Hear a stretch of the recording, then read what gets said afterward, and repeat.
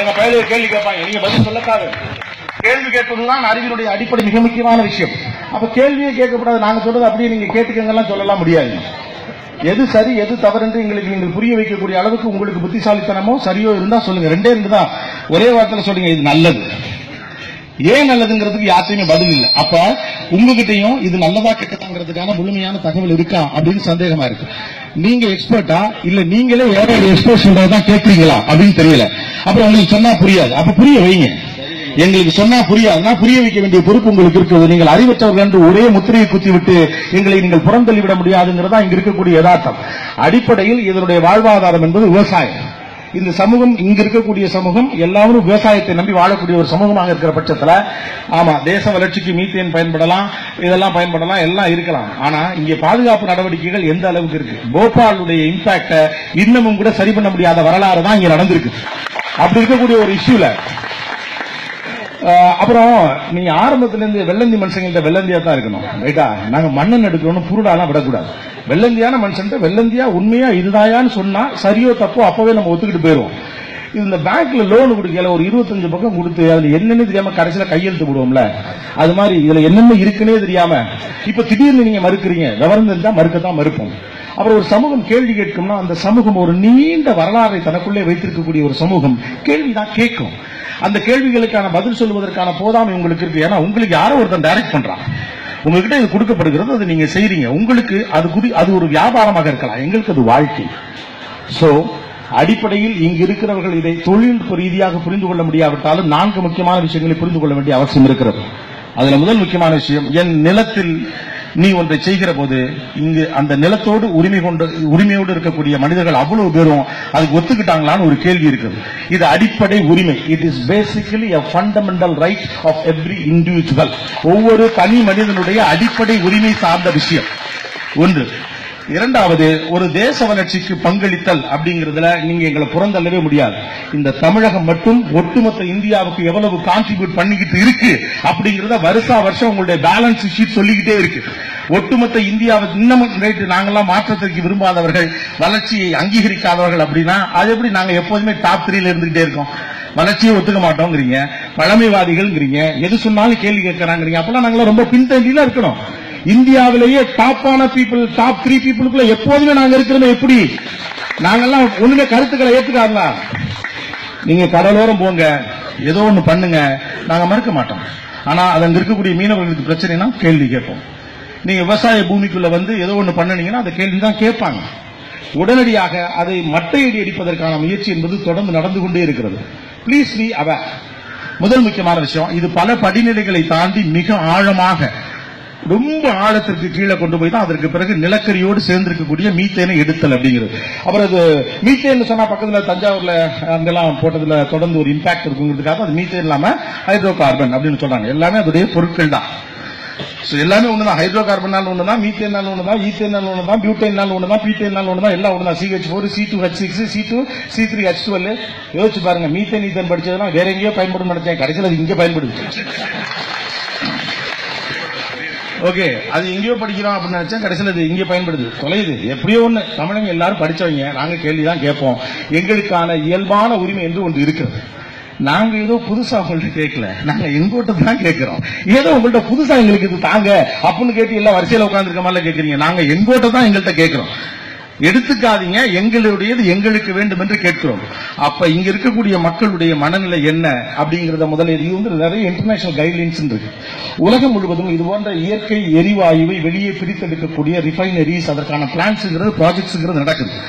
ஆனால் அவையெல்லாம் கடுமையான விதிகளுக்கு உட்படுத்தப்பட்ட பிறகே, அந்த அப்ரூவல் நடந்த பிறகே நடத்தப்படுகிறது. ரஷ்யால நிறைய இடங்கள் இருக்கு, அமெரிக்கால இருக்குது, அல்லது பாலைவன பகுதிகள் சொல்லக்கூடிய கத்தார்ல நிறைய இருக்குது, அப்புறம் எமிரேட்ஸ் சைடுகள்ல நிறைய இருக்குது. உலகம் முழுவதும் இருக்கு, எங்கேயுமே இல்லாமலாம் ஒண்ணு கிடையாது.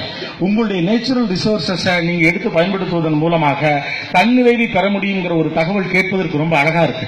ஆனா எதன் பொருட்டு அப்படிங்கிறது ஒரு கேள்வி இருக்கு. எல்லாத்துக்கும் ஒரு விலை இருக்கு. அதற்கான நியாயமான விலை அப்படிங்கிறது எங்கள் வாழ்வாதாரமாங்கிறது தான் கேள்வி. புதுக்கோட்டை மாவட்டம் இங்கிட்ட இருந்து 10 கிலோமீட்டருக்கு அங்கிட்டு போயிட்டீங்கன்னா வானம் பார்த்த பூமி தான் இல்லையா? 10 கிலோமீட்டருக்கு இங்கிட்டு போயிட்டோம்னா என்ன இருக்குது? கருவேல மரமும் ஆரஸ்வதி தான் இருக்குது, முந்திரிக்காடு. இதை தாண்டி நம்ம கிட்ட அங்க ஒண்ணுமே கிடையாது. இதுல இருந்து ராமநாதபுரம் வரைக்கும் கிட்டத்தட்ட அப்படிதான் இருக்கு. எப்பயாவது மழை பெய்யும், மழை பெய்ய அன்னைக்கு அவங்க வெளியில வந்துருவாங்க. இந்த பக்கம்லாம் மழை பெஞ்சா உள்ள போயிருவீங்க. தஞ்சாவூர் ஜில்லா, பழைய தஞ்சாவூர் ஜில்லா, அங்கெல்லாம் மழை பெஞ்சா வெளியே வந்துருவாங்க, எப்பயாவது பெய்யும். இப்படி வறண்ட பகுதியாக இருக்கக்கூடிய ஒரு பகுதியில என்னென்ன தொழிற்சாலைகள் நிறுவனமோ அதையெல்லாம் செஞ்சீங்களா? செய்யல. விவசாயத்திற்கான வாய்ப்புகள் மிக குறைவாக இருக்கக்கூடிய வறண்ட பகுதி, இதுக்கு அங்கிட்டு அவ்வளவு தூரம் இருக்குது. அங்க தொழிற்சாலைகளை உருவாக்கி இருக்கமா? உருவாக்கல. அங்க இருக்கக்கூடிய மக்களுடைய வாழ்வாதாரத்துக்கு தேவைப்படக்கூடிய சிறு குறு அப்படியான பல விஷயங்களுக்கான லோன்ஸ் பெருசா கொடுத்துக்கமா? கொடுக்கல. அதெல்லாம் விட்டுட்டீங்க. கஷ்டப்பட்டு இருக்கிற பூமியை சரி பண்ணி கரெக்ட் பண்ணி வாழையும் தென்னையும் பயிருமா போட்டு வச்சா நடுக்கொண்டு காலையில உள்ள கொண்டாந்து குழாய் விடுறேன் அப்படிங்கிறீங்க. நீங்களா ஒண்ணும் பண்ண மாட்டீங்க, நாங்க ஏதாவது பண்ணி வச்சா அப்புறமா அதை எடுத்துக்கீங்கன்னா அவர்கிட்ட எப்படி ஒத்துக்குவான்? இது என்னுடையது அப்படிங்கிறப்ப இயல்பாகவே ஒருவனுக்கு ஒரு கோபம் வரும்.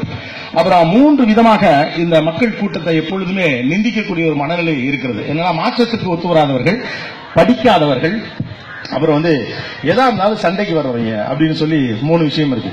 நம்மளை படிக்காதவங்க யாராவது சொன்னாங்கன்னா ஒத்துக்காது. 2 கேட்டகரி தான் நாம. ஒன்னு வாழ்க்கையை படிச்சவங்க, இன்னொன்னு பள்ளிக்கூடத்தில் படிச்சவங்க. 2 கூட்டமும் சேர்ந்த கூட்டம் தான் நம்ம கூட்டம். ரைட்டு தானே?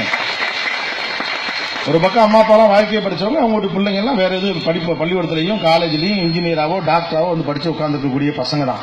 ஆக இந்தியாவுடைய மிகப்பெரிய படிப்பு வச்சிருக்கக்கூடிய ஒரு சமூகம் இது கேள்வி கேட்கும். இந்தியாவுடைய பல மாநிலங்கள் இது எக்ஸிக்யூட் பண்ணப்படுது, மறுக்கல. பல பேர் ஒத்துக்கிட்டாங்க, நீங்க ஒத்துக்கல. அவங்க ஒத்துக்கிட்டாங்க, அவங்க உரிமை. ஒத்துக்காது எங்க உரிமை, அவ்வளவுதான் விஷயம். ஒத்துக்கிறதுக்கு எப்படி உரிமை இருக்கோ ஒத்துக்காததுக்கும் உரிமை இருக்கிறது. என்னுடைய இடத்தில் ஒன்றை நீங்கள் செய்ய வேண்டும் என்றால் என் அனுமதியோடு தான் அதை செய்ய வேண்டும். அதற்கு எனக்கு முழுமையான புரிதல் இருக்கணும், அதை நான் ஏற்றுக்கிறதுக்கான மனநிலை இருக்கணும். எனக்கான ப்ரீவியஸ் ரெக்கார்ட் எதுவும் பாசிட்டிவா இல்ல. கடந்த காலங்களில் நாங்கள் பார்த்த இது போன்ற ஆய்வு திட்டங்களோ அல்லது இயற்கை வாயுவை எடுப்பது தொடர்பாகவோ அல்லது கனிம வளங்களை எடுப்பது தொடர்பாகவோ நடத்தப்பட்ட திட்டங்கள் தனியாருக்கு கொடுக்கப்பட்டு அவங்க எடுக்கிறது வரைக்கும் கரெக்டா தான் எடுப்பாங்க. அதனுடைய பின்விளைவுகளால் பாதிக்கப்பட போகிறது யார் அப்படிங்கிற பற்றின கரிசனங்கள்லாம் ஒரு நிறுவனத்துக்கு இருக்குமா அப்படிங்கிற பெரும் கேள்வி ஒன்று இருக்கிறது.